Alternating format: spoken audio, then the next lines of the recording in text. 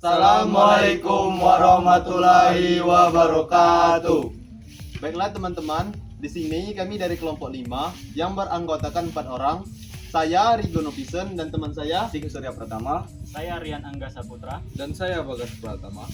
akan menjelaskan materi tentang sifat-sifat cahaya. Nah, sebelum masuk ke pembahasan, apa sih sifat-sifat cahaya itu? Yang pertama, cahaya dapat melambat lurus. Yang kedua, cahaya dapat dipantulkan. Yang ketiga, cahaya dapat menembus benda bening. Yang keempat, cahaya dapat dibiaskan. Yang kelima, cahaya dapat diuraikan. Dan yang terakhir, yang keenam, cahaya dapat membentuk bayangan. Baiklah teman-teman, itulah macam-macam dari sifat-sifat cahaya. Langsung saja kita masuk ke pembahasan. Pertama, merambat lurus. Cahaya merambat dalam garis lurus selama tidak ada perubahan medium atau penghalang di jalurnya. Ini berarti bahwa dalam medium yang seragam, cahaya akan terus bergerak dalam garis lurus. Sifat ini bisa dilihat dalam berbagai fenomena. Bayangan yang terbentuk di bawah sinar matahari merupakan bahwa cahaya bergerak lurus. Pada kamera lubang jarum, cahaya dari objek masuk melalui lubang kecil dan menghasilkan gambar terbalik di sisi lainnya. Hal ini dimungkinkan karena cahaya dari titik tertentu pada objek bergerak lurus menuju titik yang sesuai di layar. 2. Pemantulan. Pemantulan terjadi ketika cahaya mengenai permukaan dan memantulkan kembali.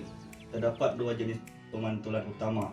Satu, pemantulan teratur, terjadi pada permukaan yang sangat halus seperti cermin, di mana cahaya dipantulkan dalam satu arah tertentu. Ini menghasilkan bayangan jelas. 2. Pemantulan difus, yang terjadi pada permukaan kasar seperti dinding, di mana cahaya dipantulkan ke berbagai arah sehingga tidak menghasilkan bayangan yang jelas. Hukum pemantulan menyatakan bahwa sudut datang sama dengan sudut pantul. Pemantulan memungkinkan kita melihat bayangan di cermin atau permukaan halus lainnya.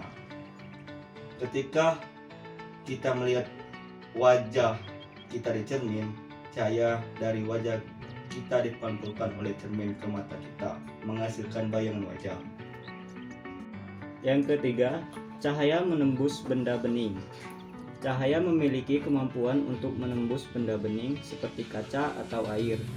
Saat cahaya melewati medium bening, sebagian besar cahayanya diteruskan, sedangkan sebagian kecil mungkin dipantulkan atau diserap oleh medium tersebut.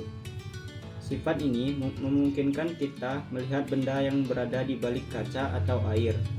Contohnya, ketika melihat melalui jendela kaca, cahayanya dari luar rumah diteruskan melalui kaca sehingga kita bisa melihat pemandangan di luar. Yang keempat, cahaya dapat dibiaskan. Pembiasan adalah perubahan arah cahaya saat melewati batas dua medium yang berbeda kerapatannya, seperti dari udara ke air. Ini terjadi karena kecepatan cahaya berubah saat berpindah medium. Pada medium yang lebih rapat, cahaya akan bergerak lebih lambat dan menyebabkan cahaya membelok mendekati garis normal. Contohnya, ketika memasukkan sendok atau pensil ke dalam gelas berisi air, benda tersebut tampak bengkok di permukaan air.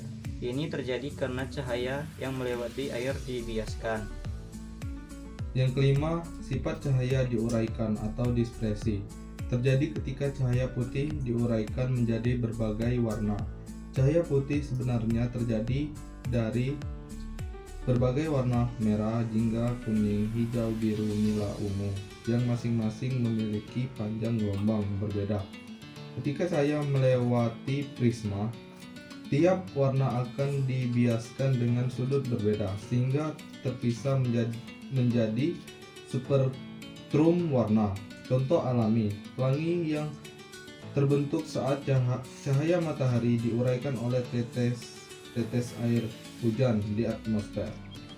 Yang keenam, cahaya membentuk bayangan. Cahaya bisa membentuk bayangan saat terhalang oleh suatu objek. Karena cahaya merambat lurus saat menemui benda yang tidak tembus cahaya akan membentuk daerah gelap di belakang benda tersebut, yang disebut bayangan.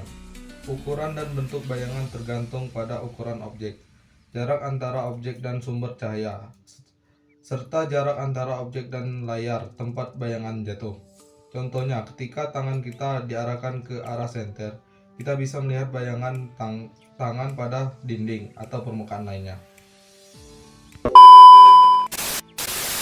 Teman-teman, itulah penjelasan materi tentang sifat-sifat cahaya dari kelompok kami. Lebih dan kurang kami mohon maaf. Wabillahi taufik wal hidayah. Wassalamualaikum warahmatullahi wabarakatuh. Jangan lupa like, comment, and subscribe kawan-kawan.